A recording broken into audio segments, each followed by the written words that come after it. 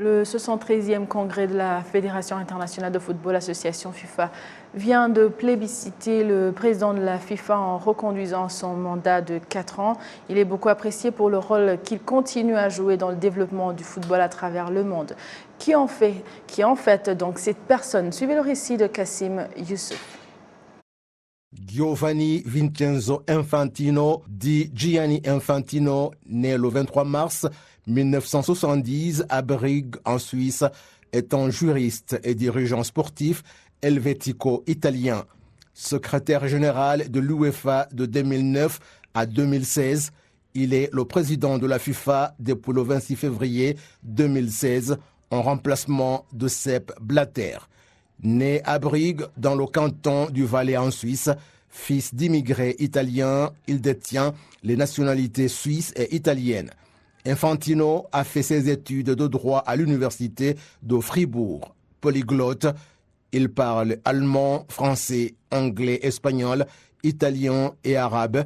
Gianni Infantino est conseiller pour plusieurs organisations liées au football, dont les ligues italiennes, espagnoles et suisses. En 1995, il devient juriste au Centre international pour les études sur le sport à l'université de Neuchâtel. Il est aussi supporter de l'Inter Milan. Infantino entre au département juridique et commercial de l'UEFA en 2000, détaché au football professionnel. Il est nommé directeur de la division des affaires juridiques et des licences des clubs en janvier 2004 jusqu'en 2007. Puis, petit à petit, il gravit les responsabilités au sein de l'organisation comme directeur général par intérim de février à mai 2007, directeur de la gouvernance et de la division des affaires juridiques de 2007 à 2009. Lors de l'élection du Français Michel Platini comme président de l'UEFA en 2007, Gianni Infantino devient vite son homme de confiance et c'est ainsi qu'il prend le secrétariat général de l'UEFA en octobre 2009. Comme secrétaire général, Infantino réalise le fair play financier et la mise en place d'un euro à 24 équipes pour la compétition de 2016.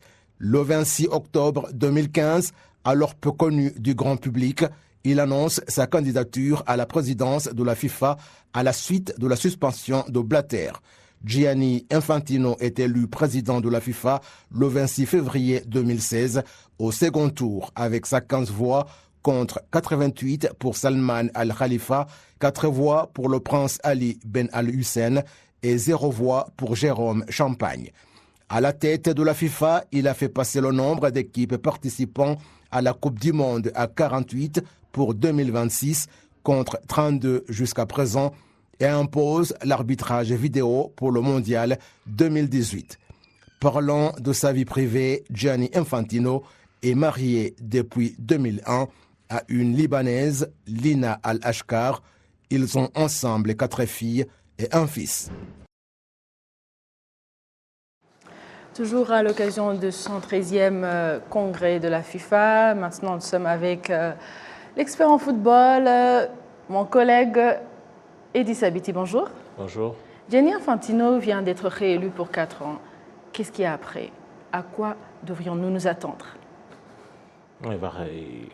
Il devrait commencer ou continuer plutôt sur la même lancée. Il y a des projets, des grands projets déjà qu'il a initiés, mais il y a aussi certaines réalisations qui demandent un certain appeaufinement parce que, par exemple, durant son discours d'investiture, il a rappelé au moins certains grands chantiers qu'il met en avant, et notamment l'organisation de la Coupe du Monde U17 qui désormais devrait s'organiser chaque année au lieu de tous les 2 ans. Ça, c'est quelque chose de très important parce que ça rentre dans le cadre déjà du gros projet de 4 ans pour le développement, notamment en Afrique où on doit développer des talents. Et ces talents, non seulement qu'ils ont besoin d'une formation, mais ces talents ont besoin des compétitions. Voilà pourquoi, dans ses propres mots, Gianni a dit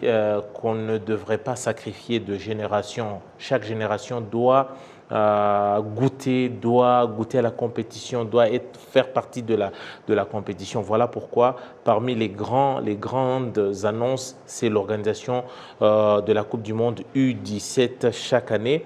Mais également, Gianni a annoncé quelque chose de très important, l'organisation de la Coupe du Monde de clubs qui désormais devrait compter 32 clubs. Ça représente beaucoup, c'est-à-dire au lieu de passer 2 semaines, ça risque de s'étendre sur 1 mois.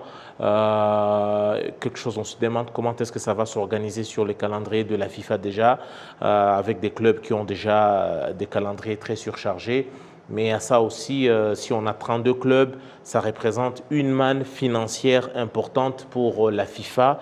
Vous savez, les sponsors, plus les compétitions durent ou restent sur la longueur, et plus ils font rentrer beaucoup d'argent. Gianni aussi a annoncé l'introduction de la VAR ou l'arbitrage par vidéo. Vous savez que s'il avait introduit durant son mandat, c'est alors que le mandat qui vient de se terminer, de s'achever, c'est alors que l'arbitrage vidéo a été introduite.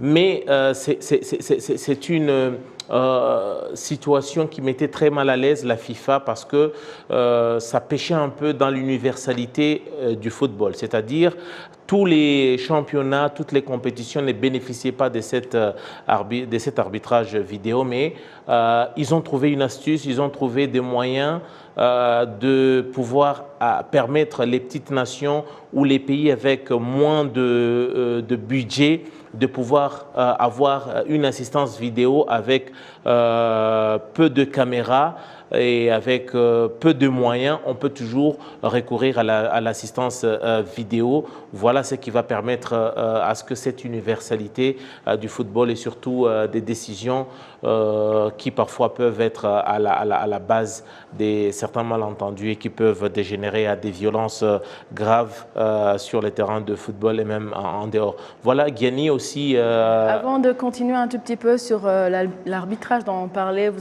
il est revenu sur les 17 et aussi les 20. Est-ce qu'il y a une différence entre la catégorie de moins de 17 et 20 parce qu'il a aussi mentionné ça?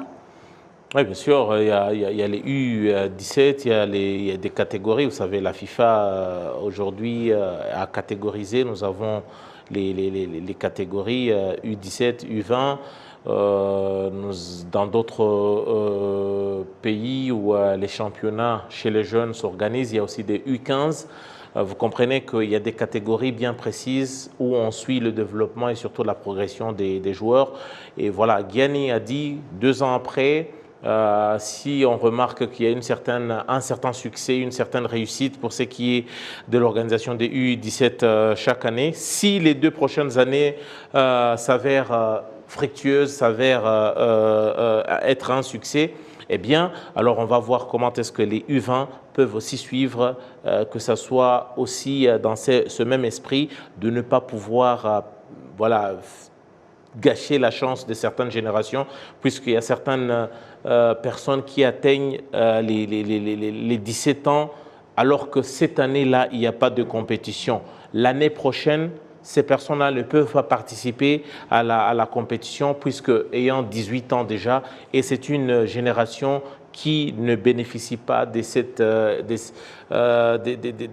éclairage, de cette exposition, de toutes les opportunités que ces compétitions-là de U17 peuvent représenter. Mais à cela aussi, il faut ajouter qu'avec les 4 ans de Gianni qui viennent de s'achever, la FIFA a donc atteint le record pour ce qui est de la mobilisation de fonds avec un capital très très important aujourd'hui.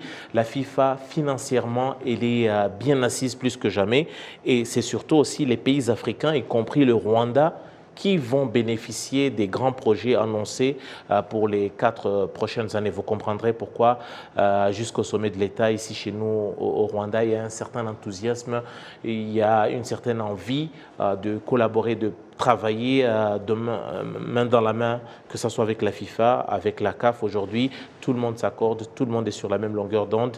Gianni Infantino, la FIFA, c'est un partenaire fiable et surtout le Rwanda fait partie de ces pays-là qui sont des partenaires fiables pour la FIFA et surtout pour la mise en exécution de ces grands chantiers annoncés par Gianni Infantino pour les 4 prochaines années jusqu'en 2027. Merci beaucoup, Eddy Sabiti. Y aurait-il un autre message particulier que vous aurez vous êtes expert, analyste en sport, pour cette opportunité, pour cette occasion du 73e congrès qui se tient pour la première fois en Afrique?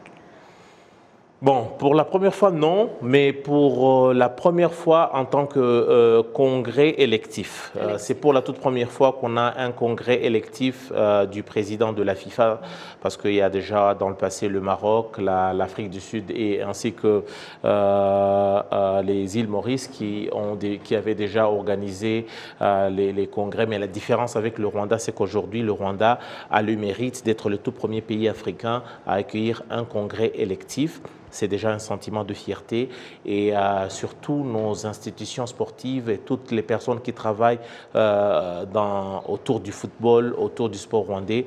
Ça, c'est un moment historique où chacun doit se regarder devant le miroir et se dire c'est quoi ma part de responsabilité, c'est quoi la pierre à l'édifice que je vais apporter pour que ce grand chantier que le chef de l'État a amorcé et toutes ces bonnes idées, toutes ces initiatives où derrière on retrouve le chef de l'État, comment faire à ce que les efforts et surtout les initiatives qu'il apporte puissent être une réalité et surtout que ça puisse bénéficier à nos communautés et que ça se remarque non seulement par des résultats au niveau organisationnel, mais également des résultats sur la pelouse, c'est-à-dire le terrain. On doit avoir des meilleurs résultats que ce qu'on a à présent, quelles que soient les catégories. Merci beaucoup. Je vous en prie. Merci à vous tous qui étiez au rendez-vous d'actualité de la télévision rwandaise. Au nom de toute l'équipe qui a réalisé cette grande édition, je souhaite de passer une bonne suite de nos programmes étiez avec Amandine Di Kumasabo. À la prochaine et d'ici là, portez-vous bien.